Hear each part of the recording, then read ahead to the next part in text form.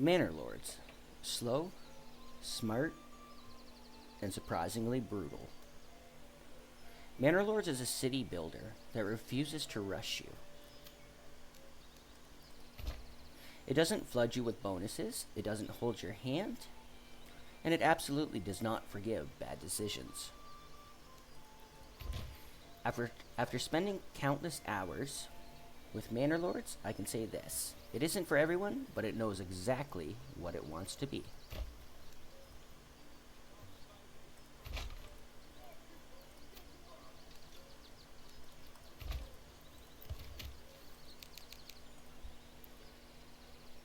So what is ManorLords?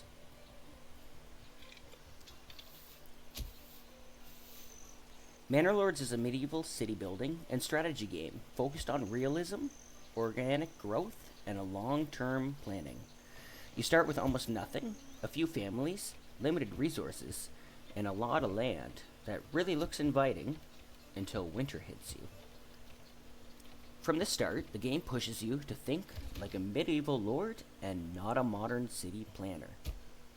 You build roads, you can place different production facilities down, assign villagers, switch the speed, and assign families. It's a very fine balancing act, trying to place the available peasants, as you would say, to your production buildings while still having enough peasants to build other facilities. Because if you overextend your workforce, you'll have no one to build new buildings.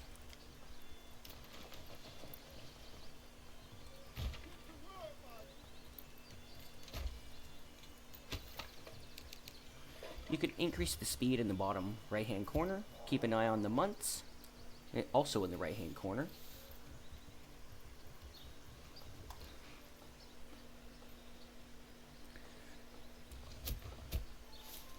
And zoom in, speed up the time, watch your workers do their thing.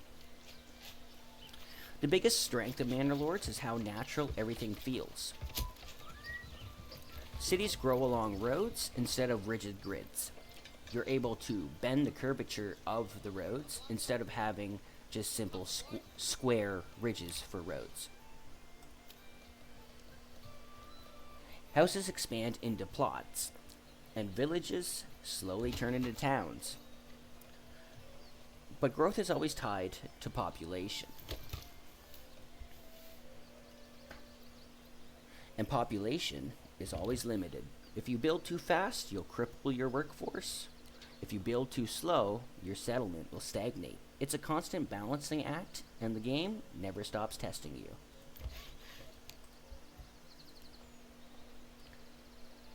The economy in ManorLords is deep but not overwhelming. Food production depends on seasons and soil quality.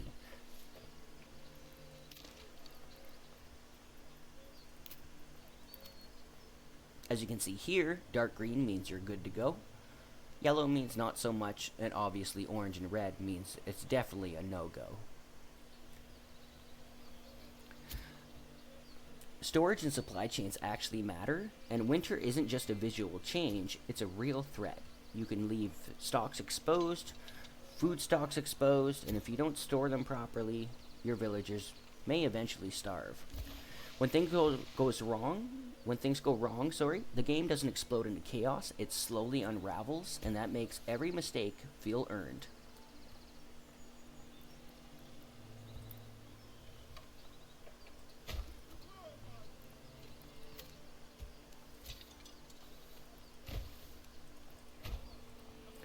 Now there is combat and warfare in ManorLords, and it is tactical and grounded. Unfortunately, I'm not going to be showing that in this particular clip of the review. However, I will cover more of it. The units aren't disposable. Morale, formation, and positioning matter, far more than numbers. You also need to recruit your militia from your available villagers. A single bad engagement can cost you an entire army, and recovering from that loss takes time. It fits perfectly with the rest of the game's slow, deliberate pacing. Visually, ManorLords is stunning in subtle ways. The lighting, the sound design, the changing seasons, it all comes together to create a world that feels alive. you'll often find yourself just zooming in, just watching villagers work.